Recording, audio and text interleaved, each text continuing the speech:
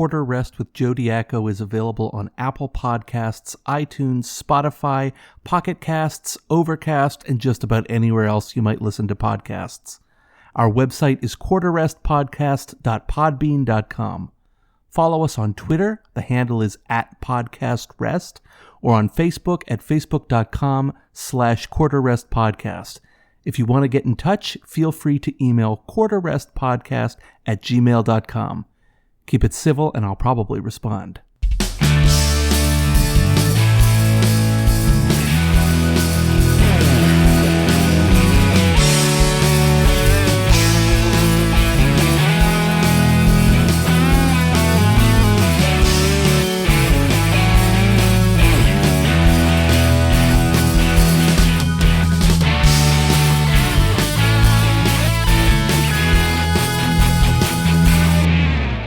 You know, on this show, I've put an emphasis on interviewing pop musicians of some stripe or another, by which I mean, some form of popular music, be it rock, indie, or whatever.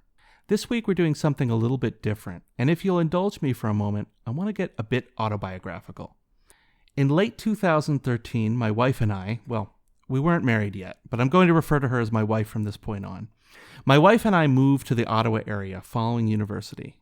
I won't go into the precise details of why we moved there and not somewhere else, but suffice to say this was a new city where we knew basically no one. We were moving farther away from friends and family. It was a city neither of us had spent much time in or knew particularly well, and we didn't even have jobs lined up. This was a big and somewhat scary move, and I remember that first year being very difficult at times, as we were totally unmoored from what we knew and scrambling to make things work. But one thing we did early on, and by that I mean in the first few weeks after moving, was instrumental in becoming properly anchored in our new home. You see, me and my wife were both avid choir singers in high school and university. In fact, we met in part through our mutual involvement in a choir at school, and we ended up singing together in a couple of others. So one of the very first things we did after our big move was to look for a community choir to join and become a part of. We found one that we were very excited about, auditioned, and got in. This was a vital move on our part.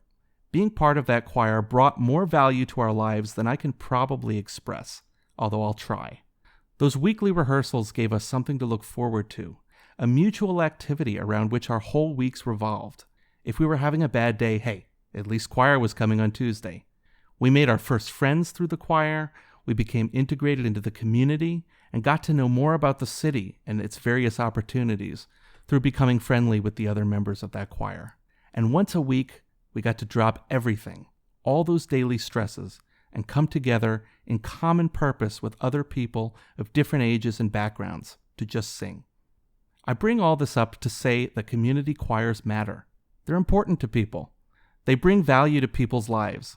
It's not just choirs, it's also community theater groups, art galleries, dance groups, art collectives, the list goes on. Arts organizations are important.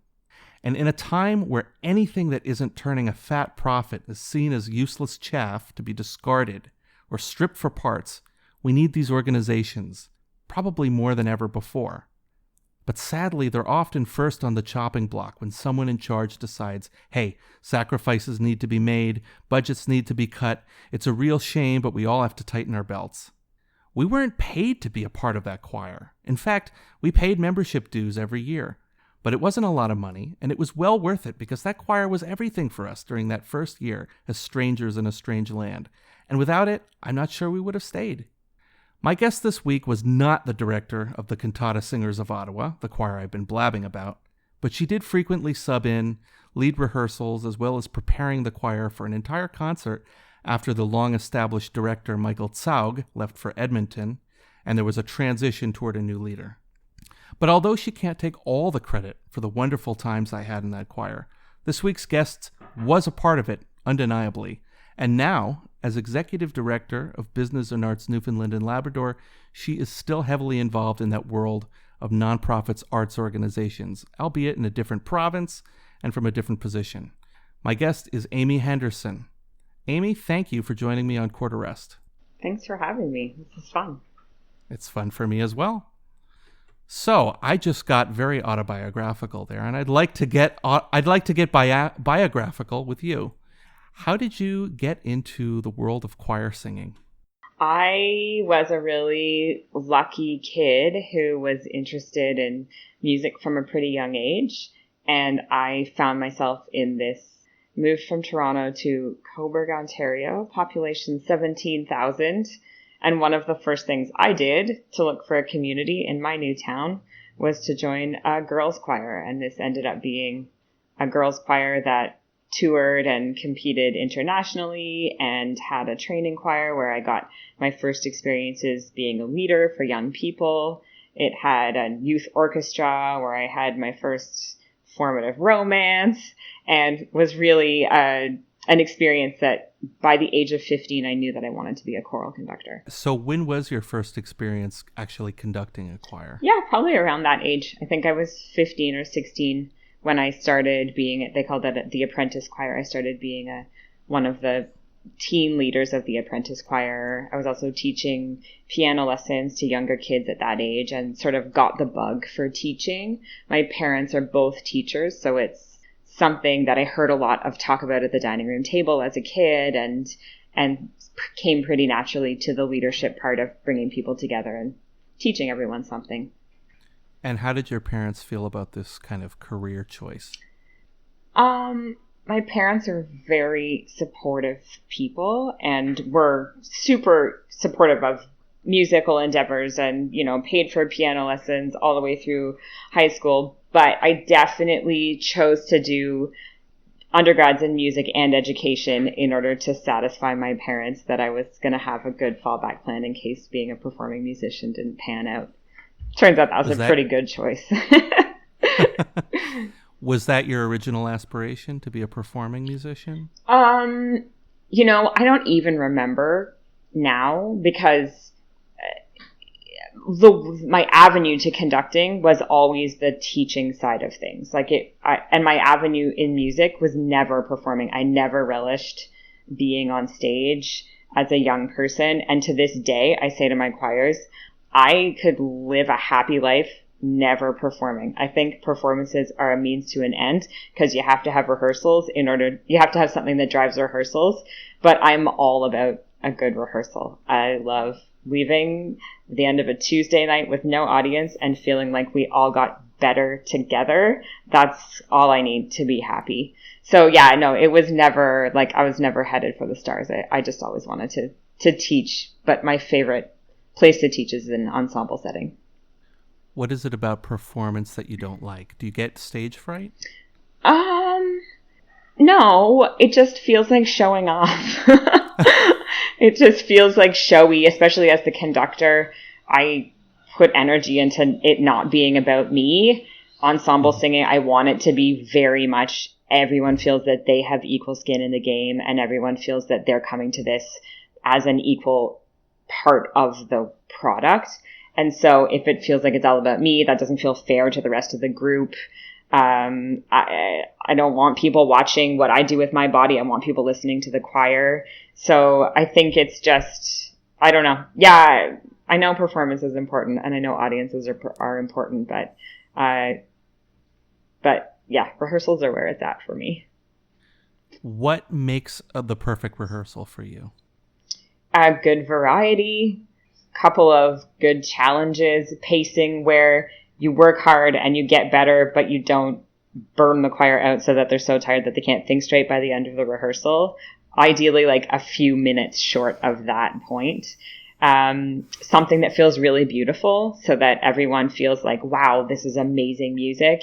Something that feels easy to sing so that you can only focus on the beautiful stuff. Something that feels really hard to sing so you feel really rewarded and you feel like you learned something. And a good balance and a good sense of accomplishment.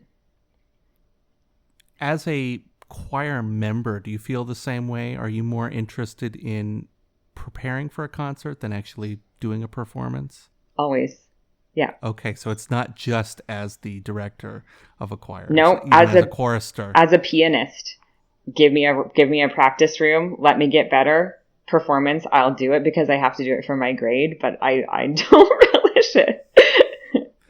That's funny. As a musician, I've always been a little bit the opposite. I do enjoy practicing, and I do enjoy, I love choir rehearsals, I have to say. There's something very magical about just getting together with a group of people, taking a piece of music, and at the beginning it sounds like one thing, and at the end of the hour or hour and a half or 2 hours, it sounds like something Totally. hopefully much better. Well, if it doesn't sound better, then it's not a wonderful experience. But if it does sound better, then you feel like, wow, we really accomplished something. Totally. So you've directed a few choirs. Can you maybe give us a short list? Yeah, sure.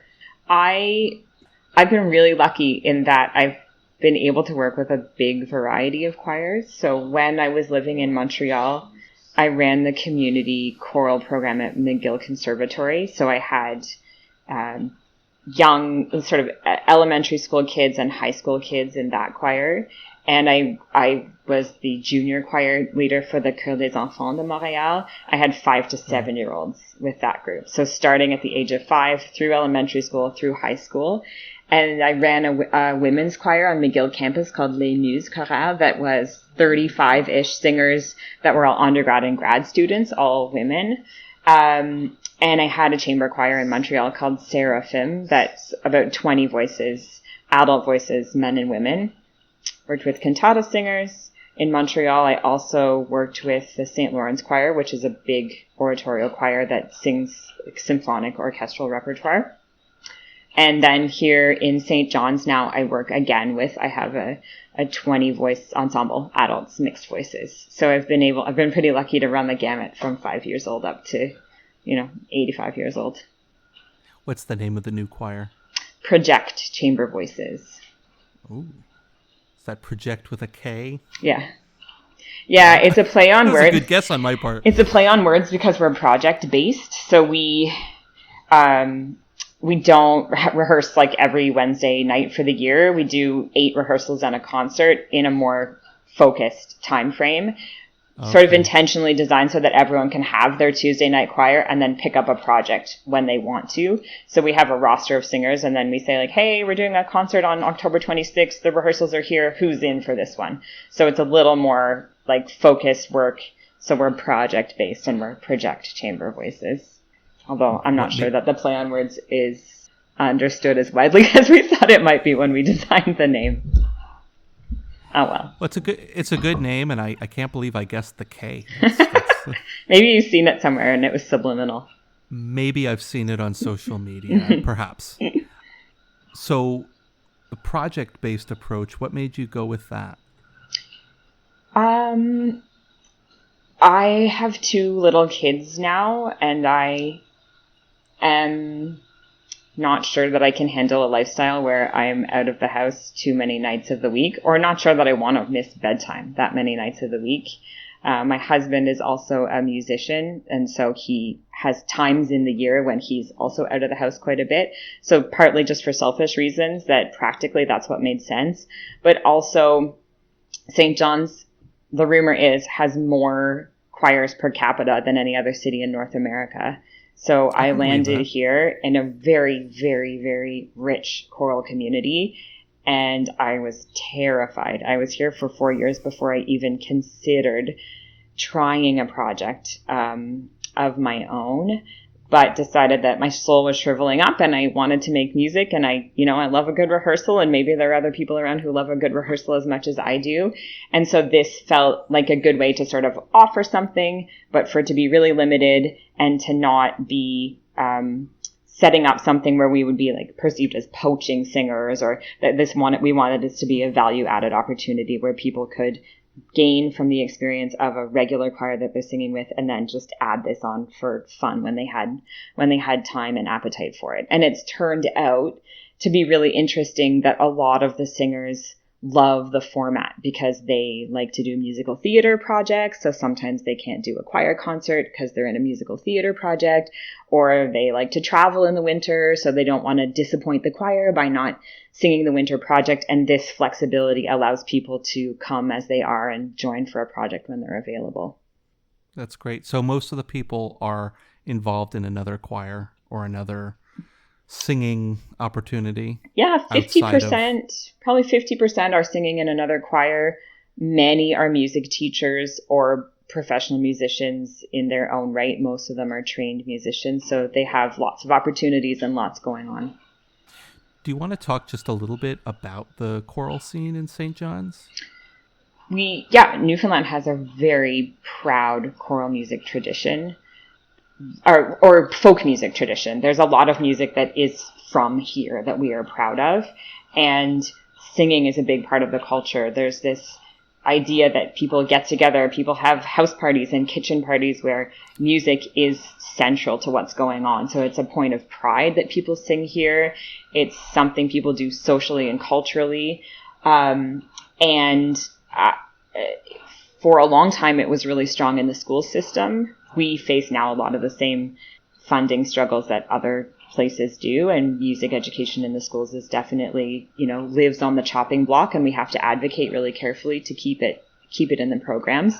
But lots of schools have great sounding choirs here, and as a result, there are people who leave school, looking for that community choir to sing with. We have a few amazing leaders in the community who have founded exceptional choirs that not only sound great, but also do an amazing job of contributing to the community. We have children's choirs, women's choirs, men's choirs, a symphonic choir, lots of mixed voice choirs of sort of different niches. And this is in, a province with a population of 500,000. So there's lots going on here chorally. So choir music is part of the culture, you would say? Definitely. Singing is, yeah. Yeah. I've never been to Newfoundland, but I've heard about the kitchen parties. It's a famous kind of cultural practice, I guess we could say. Yeah. Is this something that you have partaken in a lot? Do you get to experience the musical culture beyond your involvement in the choir? Not so much. The place that I actually see it alive the most is through this organization I work with called Growing the Voices Festival 500. It's the nonprofit organization that once housed this international choral festival here that now has sort of changed their focus to growing choral singing in other ways across the world. And we teach these courses called So You Always Wanted to Sing that are singing rehabilitation opportunities. And it's a lot of people who, in grade 2, the nun told them to stand in the back row and mouth the words because they couldn't sing. And it tragically silenced them. And these are people who have spent their lives believing that they, quote, couldn't sing, even though we know scientifically that that's very, very, very often not the case, most often not the case. And so we help people find their voices again. And we talk about why they want to sing or where they want to sing or what their goals are. And often it's these kitchen parties or singing Christmas carols together or opportunities like this. It's not that I want to be on stage and be famous. It's that I just want to feel that my voice has a place or that I can harmonize and sing along at the next time I go to a social gathering. I love performing, but I think it's beautiful that people want to just participate in singing as a small-scale social activity. Totally. And it's very sad that people would be so dissuaded that they or so lacking in singing confidence that they would feel that they can't even participate in, basically small group gatherings of, people singing Christmas carols. That's very sad. It's amazing. This program has graduated hundreds of people through this program. Now we have maximum 18 people enrolled in a class, and I think they fill 3 or 4 sections a year of people who want to, learn to sing again or learn to sing for the first time. But it's all adults who have been silenced by one comment or another, or one like some element of self-perception. So it's usually rooted in maybe childhood or most often a time that. Yeah, I mean, we start the class by sort of asking people to share what's brought them to this class. And my example about the nun and the mouth the words, that one comes up specifically 2 or 3 times a class. Other people, it's my sister was the talented one, and so I didn't sing because she sang so beautifully that I felt like the ugly duckling, and I've never sung since. Or this idea that I'm not talented, this sort of, the idea that talent is something you're given rather than something that takes a lot of practice or something that you have to cultivate. And so, yeah, often it's a comparison. It's feeling like you're overshadowed by someone or hurtful comments that seem offhand. You know, I can sort of identify with the nun who's trying to get 200 kids to stand up straight and sing something in time for the Christmas concert and just not having time to help each kid find their voice. But you don't realize that the offhanded comment like that can be so hurtful and have such a lasting impact. It's an old approach to pedagogy. For sure. I've heard many tales from my grandmother who all through her schooling was taught by nuns, and it's a different approach. It's and that was of course a long time ago. But I would imagine some of the people that you're doing singing rehabilitation with are older. Yeah, and grew up in a different time. Totally. And that comes to play in their attitudes and Definitely. self-perception, which is really sad. You mentioned that scientifically it's known that that's rarely the case. And I don't know much about the science behind this. I'd like you to comment on that a little bit. Oh, boy. Because personally, I often hear people say, I can't sing. I have a terrible voice. I can't sing in key. Or, my voice just isn't good. And, personally, I'm of the belief that if you can sing relatively in time and with decent pitch, you're a good singer. I think all voices can be beautiful. And, even a certain amount of pitchiness can even be desirable at times. So personally, I've always had the conviction that, pretty much everybody can sing. It's not actually that hard. It does seem to be something that humans are kind of hardwired with. But it sounds like you know a little bit of the science behind it. So if you could comment on that, that would be really interesting.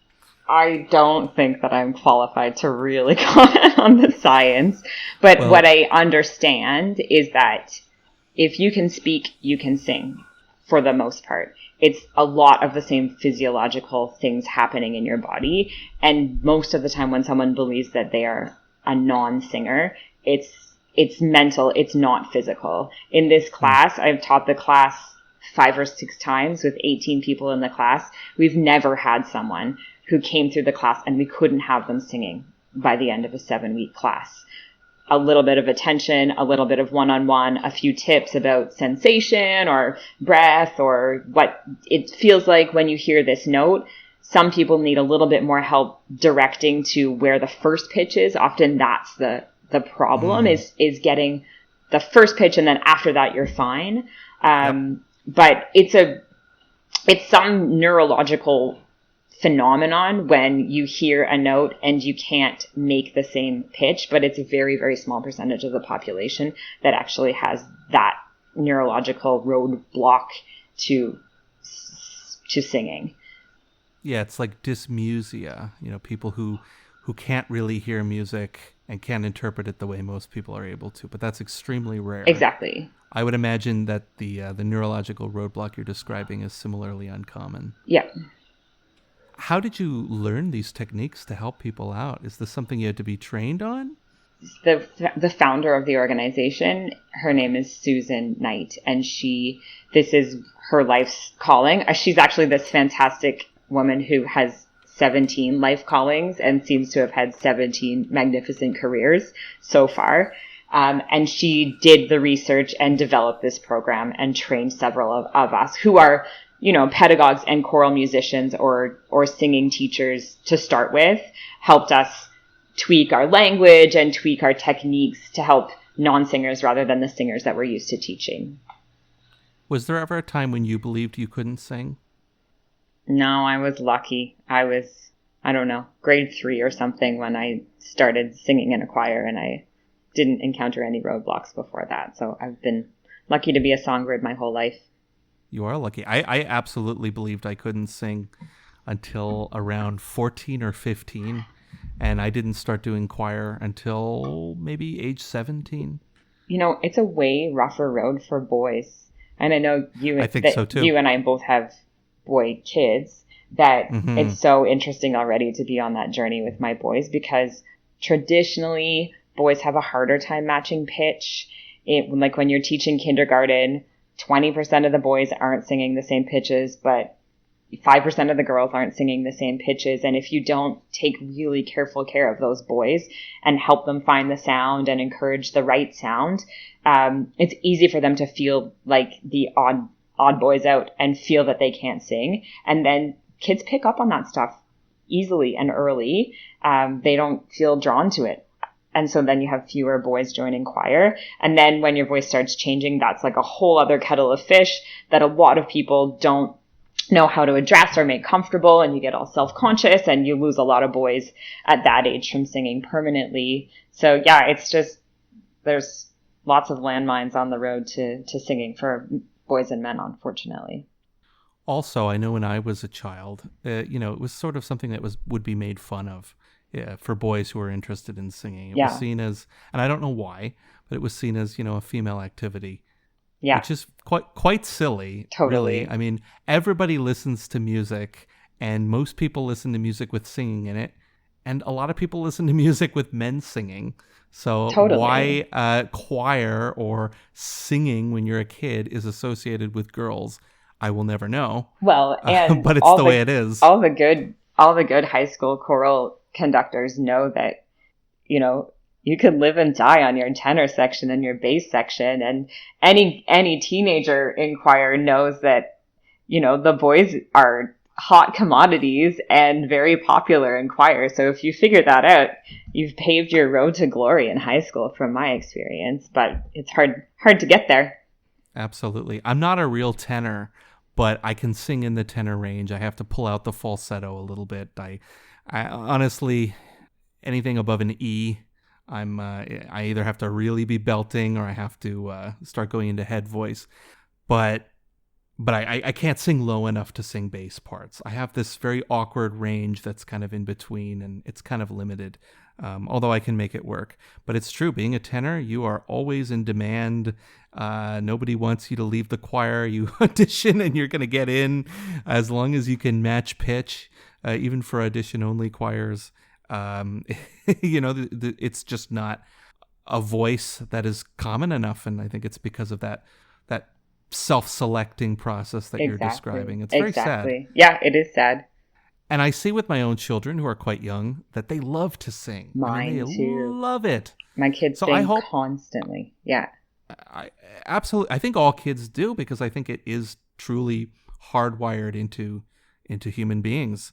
It's connected with language, and as you said, the same processes that make speech make singing happen. I've heard that as well, although I also can't comment too much on the science. But I hope that doesn't happen with my own kids, and I sort of suspect it won't because of the family love for music and singing.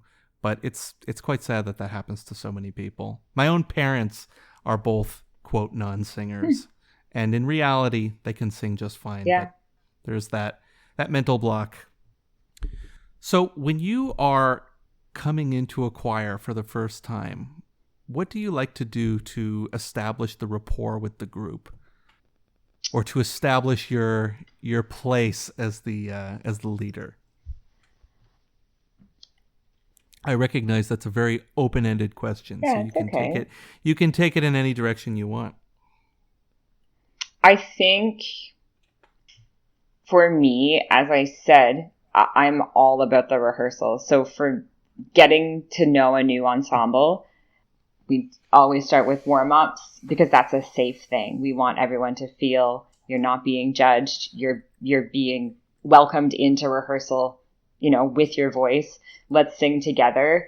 But I barely ever do anything that's just for fun in a rehearsal. I would never do let's do this warm up 10 times in a row and not give a piece of feedback and say great, thanks for coming to rehearsal. Thanks for warming up, but get your ears on. We're going to work hard this rehearsal. So I generally do quite a bit of stop and start at the beginning just to make it a vocal and a mental warm up at the beginning.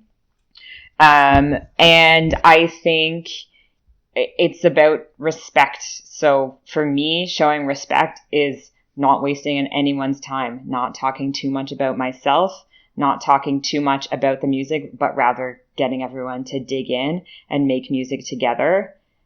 Sometimes I have the tendency to drive too hard and fast and like overwhelm people. So I also try to be sensitive to that and notice when, okay, I came in.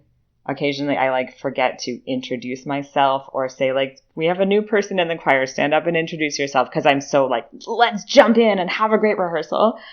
And I catch those moments and I'm like, you know what? We just, sang for 20 minutes without sitting down, take a break, we crack a joke, everyone laughs, so that the choir also understands, like, I'm also here to take care of us as a team and make sure that we're having a good time as well. Do you think that building a rapport is important?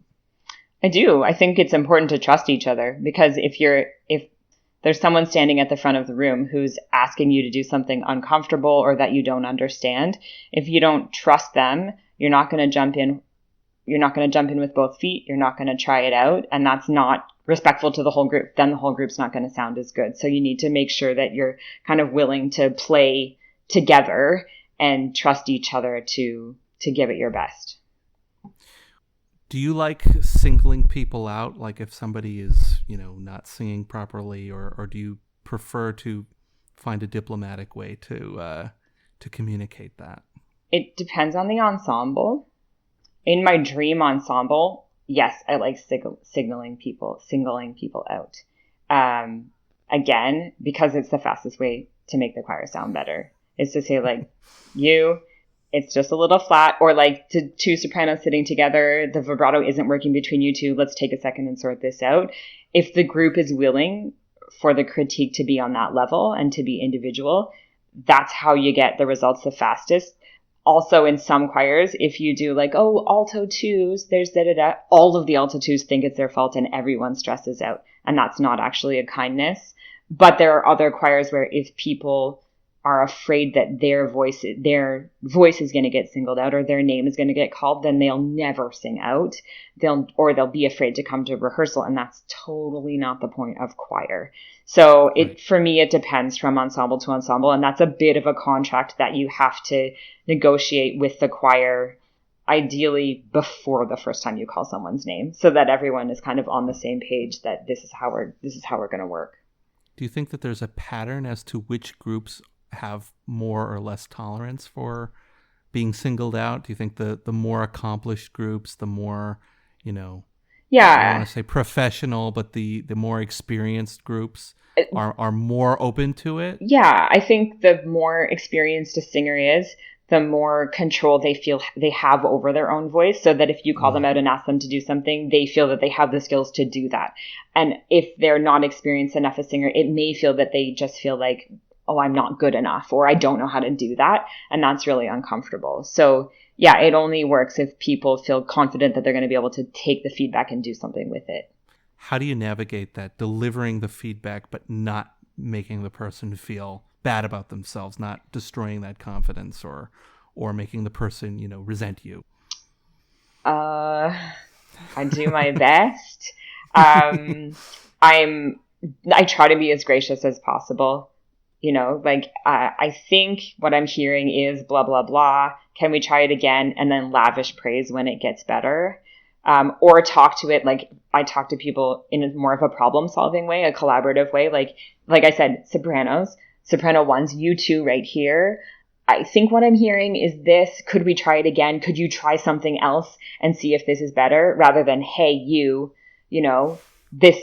that's wrong. You're flat, this kind of thing. So if we're truly a team and we're collaborating, then inviting singers in to collaborate with their voices and listen in a different way and see if we can solve the problem together.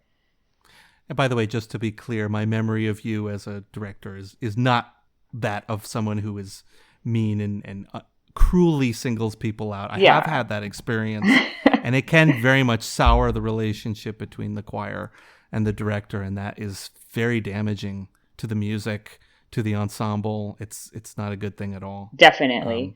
I've been in those rehearsals, and I've felt the room shift when that happens.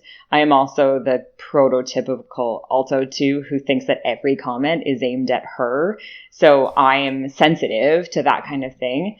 And I like to think that I'm pretty sensitive to group dynamics.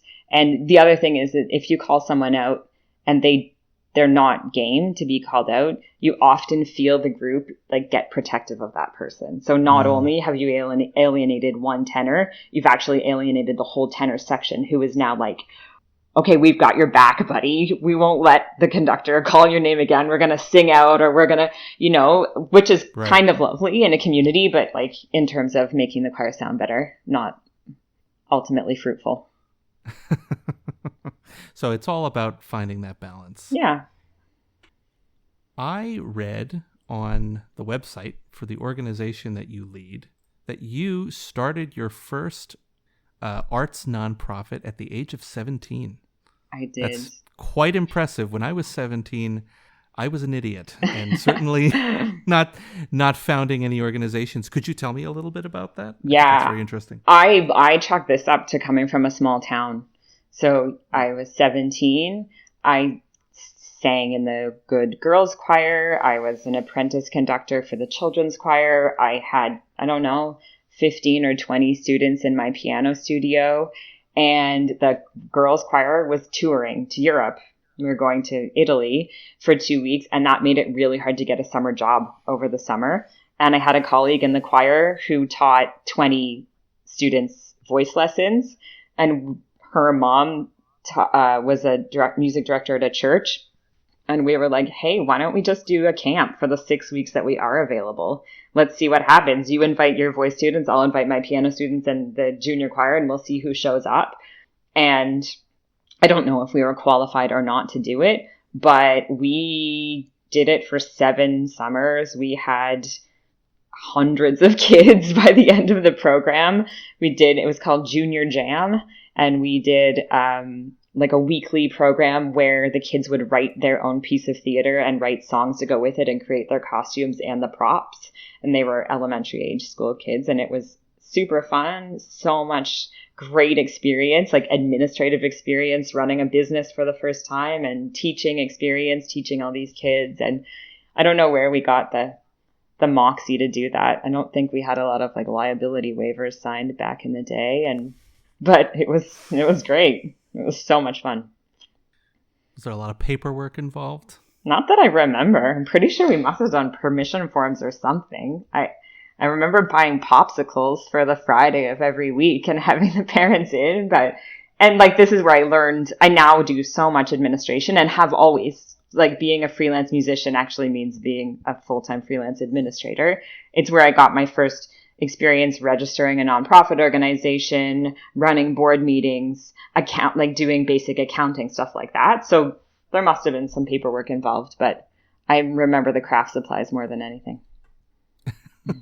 You always remember the great stuff. Totally. The messy stuff.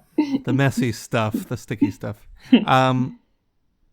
So first of all, what brought about your move to Newfoundland?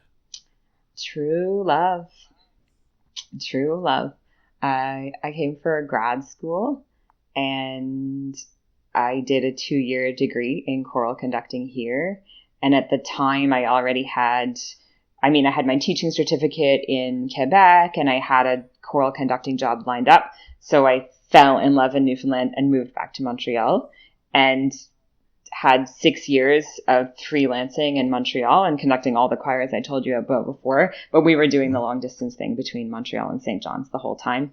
And 6 years felt like enough. And Vernon has a tenured job at the university, and we decided that was probably the best place for us to start our lives together and have some kids. And yeah, the rest is history. I've been here 6 years now. And I seem to recall that shortly after moving, you found yourself in a leadership position at a nonprofit organization. Can you tell me a little bit about how that came to fruition? Yeah. Oh, it was so lucky. It was just lucky. I actually came and started a PhD, and the PhD lasted 2.5 weeks or something before I realized that this was not something I was going to be so invested in that I could do it for 5 years and sort of throw my identity and my heart and soul into it.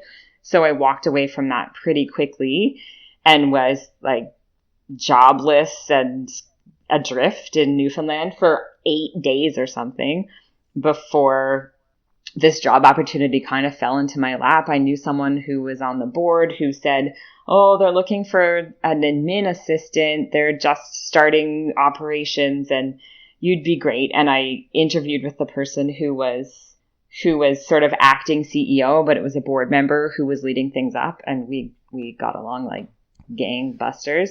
And it quickly, like, I was the general manager within 2 months and the executive director within 6 months. And we have been like building programs and changing communications plans and sort of iterating the organization over the last 6 years. It's been really fun. So tell me about this organization. What's the mandate of this organization? We are called Business and Arts Newfoundland and Labrador.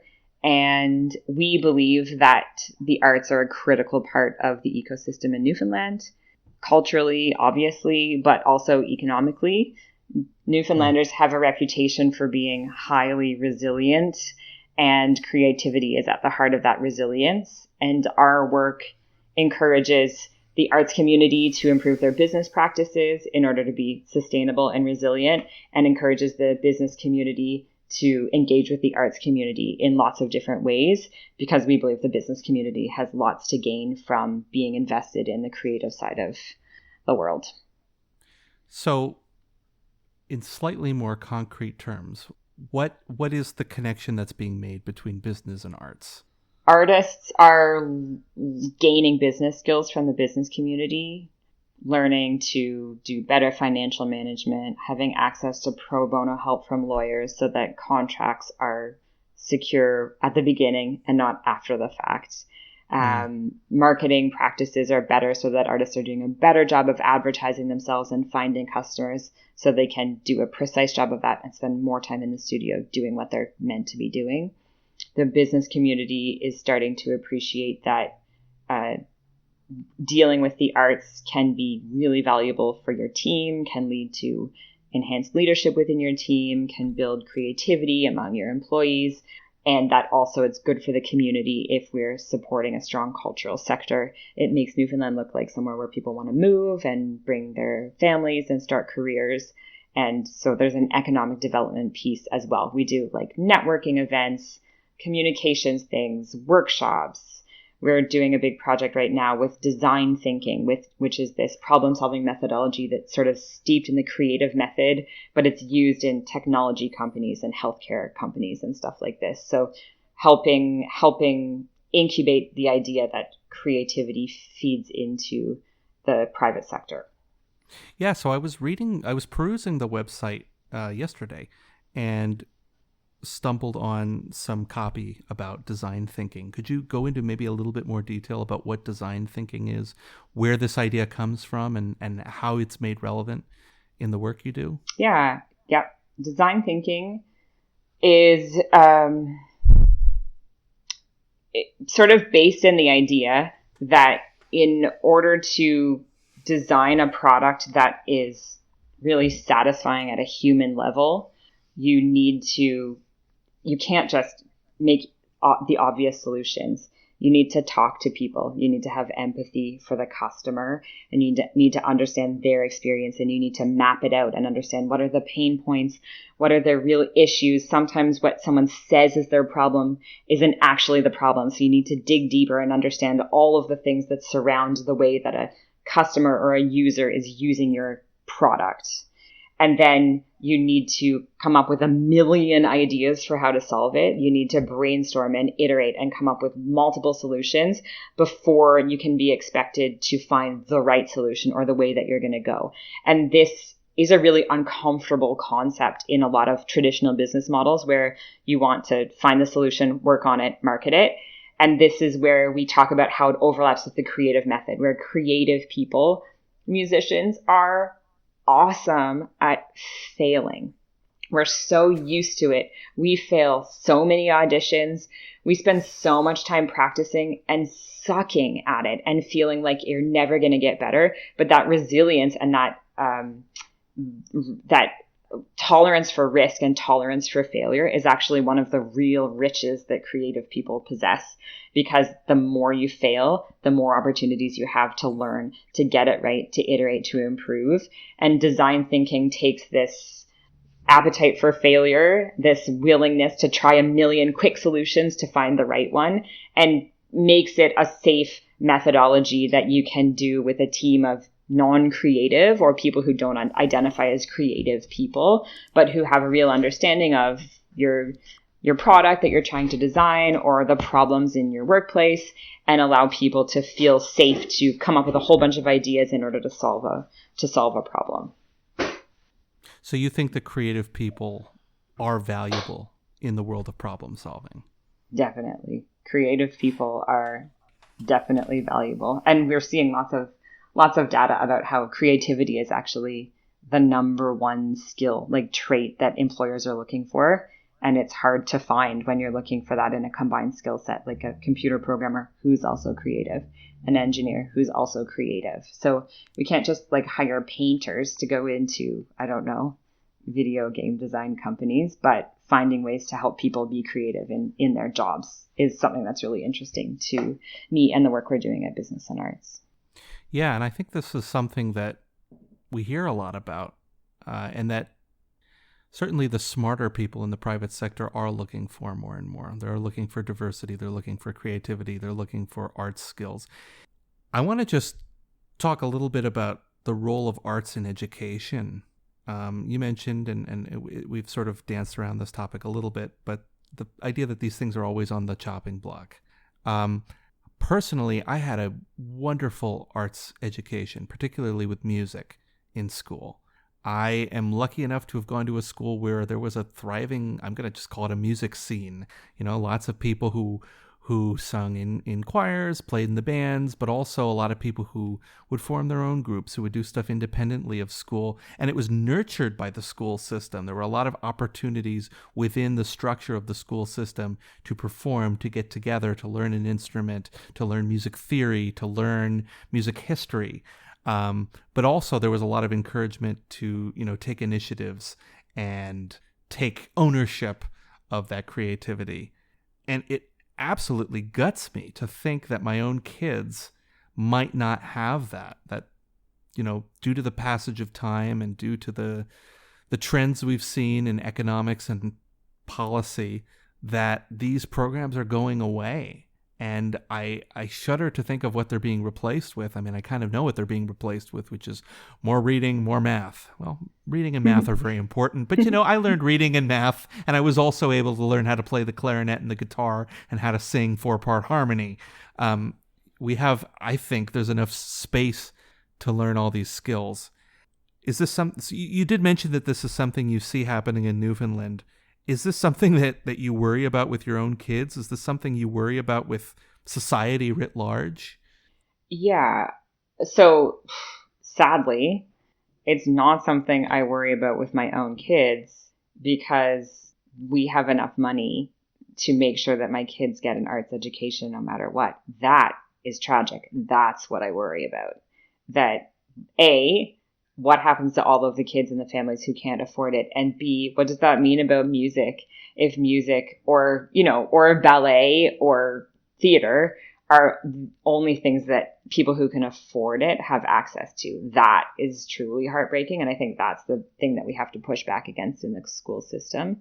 And also like the shape of a school day. If the shape of a school day is do it right, get your work done, go outside for recess, come back in, do it right, get your work done, what kind of little humans are we raising? So in my ideal world, kids would have artistic expression, chance to play around, chance to make sound and make something beautiful without it being judged harshly one way or another, chance to improvise with their friends, and explore different artistic media. It's definitely something that lives on the chopping block. When I was in university getting degrees in music and education, I would say 50% of my music education courses, something came up about how you need to advocate to your administration on behalf of your program, the strategic things you need to do in order to demonstrate your value to the school community in order to make sure that your program doesn't get cut. Like, that's part of education as a music teacher. And that was the case when I was in school as well. I remember hearing the music teachers often talk about how they had to advocate to their administration, how they had to advocate to even higher echelons of the system. They would have to, get together with other music teachers and advocate at the state level. I grew up in the U.S., so not provincial level, but state level. And this was in Vermont, a state which I think generally has a pretty comfortably financed education system in general. But nonetheless, that advocacy was absolutely necessary to just preserve what had been built, because I think a lot of the bean counters don't see the value in it. They don't. It's intangible to a certain degree. Although from my understanding, there are measurable benefits to music education. And I remember my music teachers bringing these up all the time. And they were always kind of drilling them into the students' heads so that the students would go on to be advocates. And tell their parents not to. Please vote for the person who's not going to cut music. Well, but I think it's important, and I think it's the more people know about these things, the better off we all are. But from my understanding, there are measurable benefits. And now to play an instrument. Yeah, and now the movement is STEAM rather than STEM, and that's good because that puts that important A back in STEAM. We need to make sure that there are quality arts offerings, and then they're not arts offerings that sort of are meant to highlight the scientific offerings. It's not like a beautiful color page on your science report card, but it's actually art for art's sake. Right. But there's definitely lots of talk about that, and I think that's fantastic, and that's had a big impact already. But it's never going to go away as a conversation. We need to always make sure that we're keeping it in the forefront and advocating for art's sake, but also the societal value, the educational value. So we've been talking about advocacy. Does your job entail a lot of advocacy? Yes, my job entails more communications than I think the organization thought when we started, because we have an amazing board, 18 people on our board who are mostly business executives who really get it. People from oil companies and universities and law firms and film production studios who truly get and live and understand the value of culture to our society. And some of the sort of first decisions the organization made before I took the job revolved around bringing the business community into the conversation. And that has been harder to do than we thought. And so we spend a lot of time hosting events, bringing members of the public into a behind the scenes experience in a theater company to learn what it takes to produce a piece of theater, how many people are involved in that team, what's the infrastructure, what's the timeline, what's the funding like, what does the Canada Council contribute, what does the local Arts Council contribute, how much do ticket sales boost the revenue of a production, understanding all of the inner workings and the outcomes from a piece of theater or something like this to sort of stimulate a deeper understanding and appreciation of why the arts exist and what they're bringing to society. And that's been a bigger part of our work than I think we anticipated when we set out. Now, another form of advocacy I know you've been involved with relates to safe singing, and this is very relevant to the times we're in, but safe singing in the context of COVID-19. So for any listeners who haven't heard, there's a pandemic. We're in the middle of it. And it's an airborne... it's not a flying virus, but it's a virus that's transmitted through respiratory droplets. So I think there's this common belief that singing is dangerous because you're taking in big, deep breaths, and then you're exhaling those big, deep breaths, and you're doing so with a group of 15 to 40 or 50 or 100 other people all in a room together. And, you're spreading your droplets and you're potentially spreading the virus. Now, I know this partially because we talked about it a little bit beforehand when we were preparing for this interview, and also partially from seeing a little bit on social media because I'm connected with you on social media, and so I've seen you posting about it. But can you talk a little bit about that? Yeah. So early days in March, there was a choir. There were a few, maybe 2 or 3 of these that happened around the world, but one in California where something like 60 singers got together for rehearsal. They were physically distanced, but this was early on in public health measures, and like they passed around a bowl of fruit at break, and someone handed out scores, and there was someone there opening the door for everyone. So there were like multiple points of contact. Everyone helped stack their chairs at the end of the night, this kind of thing. And there was someone with COVID-19 there, and 45 of those choristers ended up getting it, and 2 people ended up dying. Which is horrible. Horrible. Like, just, it's a nightmare. And the news spread very quickly. Every person I know shared that story on social media, and we all had this huge emotional fear reaction to that. Like, this could happen to us.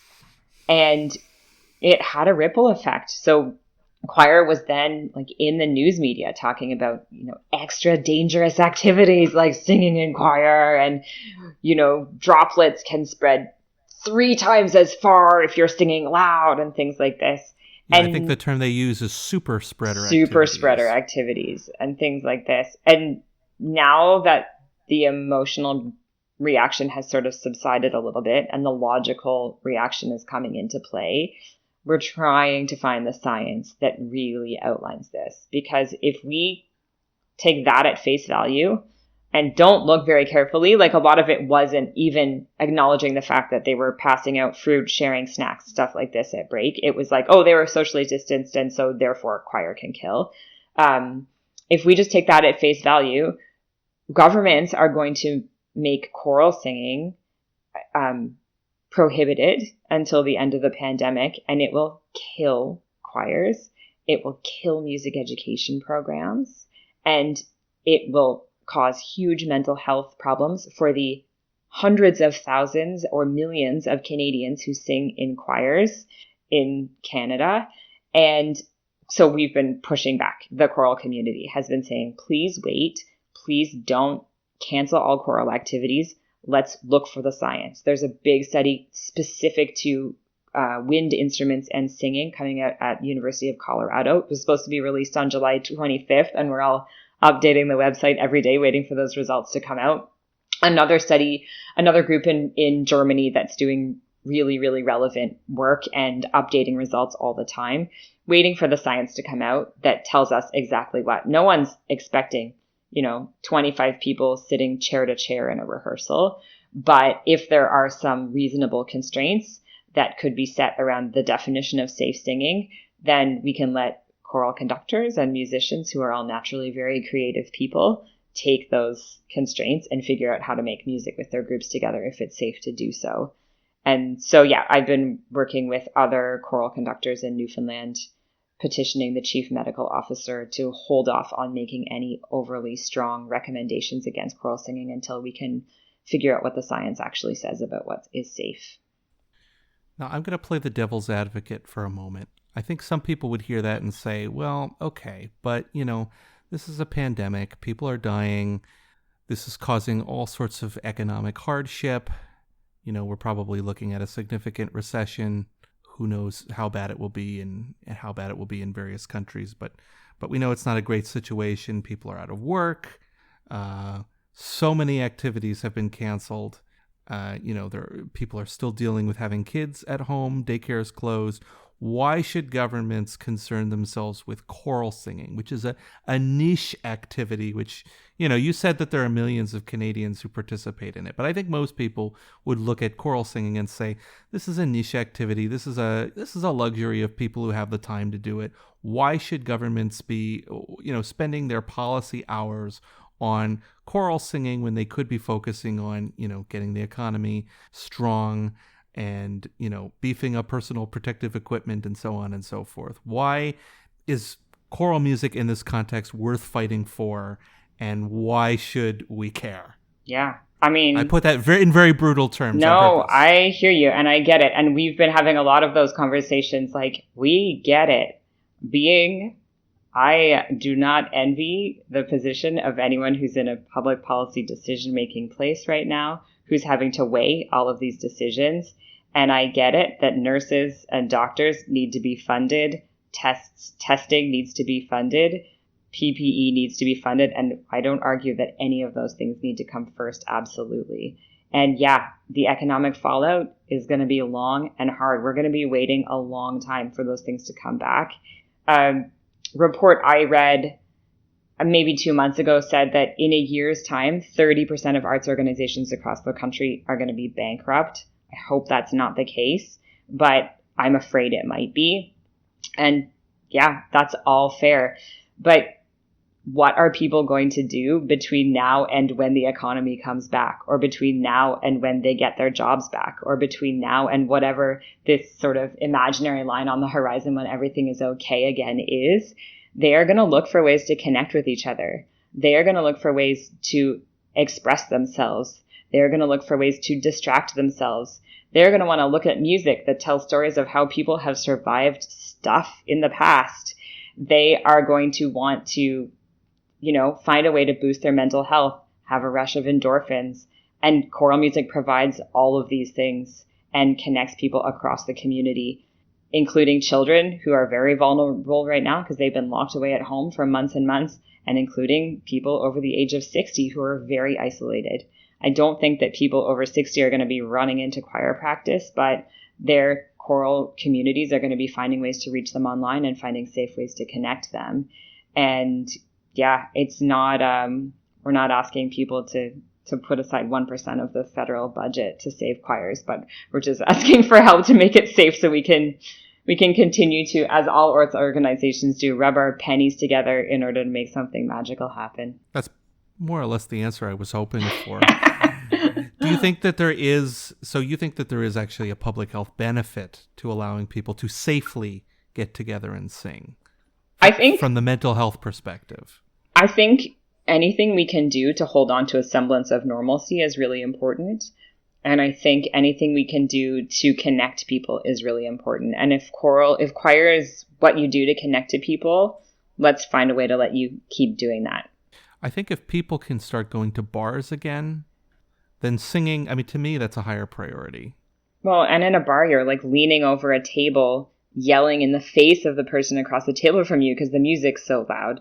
At least in choir, you have the decorum not to like sing into each other's faces. So it can't be as bad. You lead. Right. We don't have any beer in rehearsal either most of the time. So you mentioned the tremendous economic fallout, and how it's going to touch arts organizations. You mentioned that something like 30% will be bankrupt within the year, which is a very scary thought.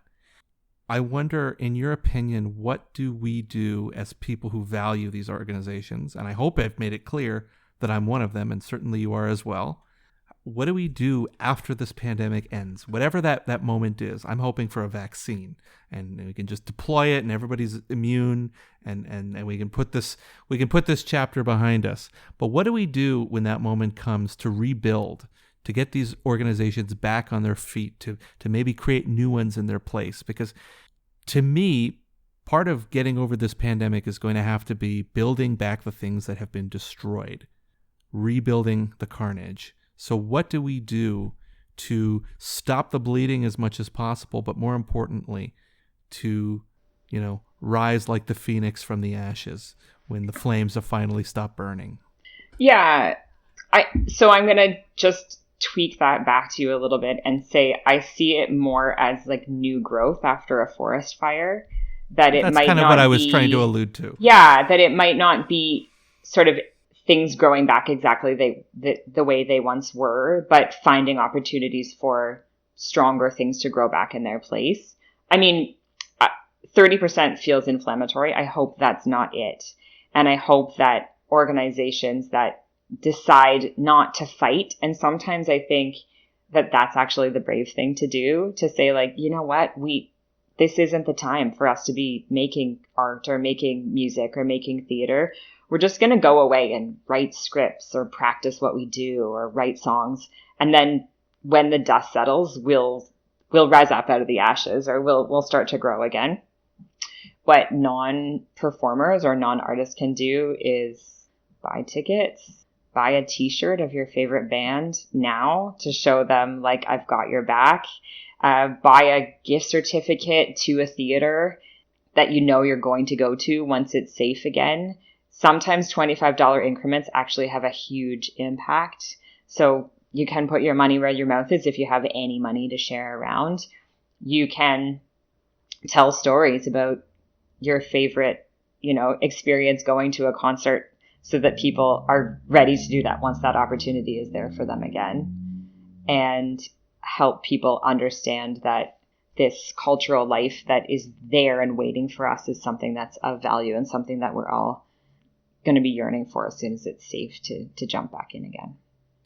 I do actually want to touch on one last topic. I hopefully won't take too long. When we talk about choirs, there are many kinds of choirs that sing many different styles of music, from pop, jazz, but a lot of choirs sing what we call classical music, romantic music, classical era, Bach, Baroque, what have you. And even before the times of COVID that we find ourselves in, there was a bit of a crisis, as I see it, in the world of that kind of music, which is the audiences are aging. To a large extent, the participants are aging. This style of music is maybe not dying, but it is certainly getting gray hairs. What do choirs do, or more larger than that, what do choirs, orchestras, chamber groups do to combat this sort of slow death that is taking place in the world of classical music? Do you see any hope for it? Oh, I think it's a really exciting challenge. I do not have any of the answers, but it feels like if you're not careful, we could be sort of reenacting concerts that happened in 1850. It could be like this very strange thing that happens in 22, when there are audiences again, where people are wearing black clothing just like people did in 1850, and they're standing up at the front of a church just like they did in 1850, and they're singing the same music, and that an art form hasn't evolved at all over time. And that's a bit bizarre to me. And I'd like to think about how you can take this art form, take this heritage that we've inherited, and a lot of the music written back then sounds amazing when people sing it, and tells stories that are still relevant, or exclaims texts that are still relevant to things that happen today. It's okay to sort of stand on the shoulders of the people who built this culture, but it needs to somehow reflect the year 2020, 2022, whatever. Needs to reflect the makeup of the community that we're singing in, needs to reflect the time that we live in. And so how do we evolve our art form to reflect the time that we live in and the community in which we're participating? And for me, those answers involve, like, ideally not always singing in churches, which are polarizing, which sound great a lot of the time, unfortunately, but don't have to be the only place where classical music happens. It involves not always standing at the front of the church and singing at the audience, but finding other ways to involve the audience in the sound and the experience. So having the choir move around the audience, change the way they're standing so that it changes the listener's experience. And then looking at repertoire that's written by people who are alive, people who live in our country, who are talking about stories and voices of things that are happening in this day. And I think there needs to be a balance, because hey, Mendelssohn is always going to sound good. Mendelssohn's always going to be good for choirs to sing, and there's always going to be someone in the audience for whom that's the favorite piece. So there needs to be a place on the program for that, but it can't be the only thing, and it can't be every concert, in my opinion. When you're building a concert, let me re-ask that, because terrible slip of the mind. when you're building a concert program, that's the word. Oh my God. When you're building a program for a concert, what do you do to thread that needle to make sure that the music is going to be relevant and sort of please as much of the audience as you can without being overly crowd pleasing, without just, throwing ear candy at the audience? Yeah, I tend not to veer towards the side of ear candy. I think I tend to veer a little towards the side of, like, we're going to surprise you and we hope you like it. I usually start with a central work, something that I know my choir can sing really well, but that will be a challenge and that we all want to sink our teeth into, and set that as the axis point of the program. With Project, generally speaking, those are works written by living composers and are written sort of for 16 voices or more. So complex pieces where everyone has their own part to sing. And then build the program out from there and include something that sounds great in the first rehearsal so that we have one piece that is like, we can just sing this and it feels good and it sounds good. Something that can be sung either like without seeing each other or with the lights off or standing in a big circle around the audience. So we have something that's going to be that different physical experience for the audience and for the choir. Something alienating, like something that doesn't sound good but has a good reason for being on the program. Something a bit avant-garde. Totally. Like something with weird sounds and unexpected and, something that no one's ever heard before for sure. Something that feels like a hot bath that just feels beautiful and luxurious. Something by a Canadian or a woman to make sure that it is reflecting our community and that it's not mostly guys, mostly dead. And yeah, a nice variety. But I also like my programs to sort of tell a little bit of a narrative or to have an arc of some sort, like to move from one concept to another or two poles of an issue from darkness to light or different perspectives on the sea or things like this so it's a journey for the audience, for not just one piece after another that sounds good. Well, now is a great time to start thinking about future. Lots of time to plan programs these days. Yeah, exactly. Amy, thank you. This was a really illuminating conversation. Thank you so much for joining me. Thanks for the invitation. It was really fun.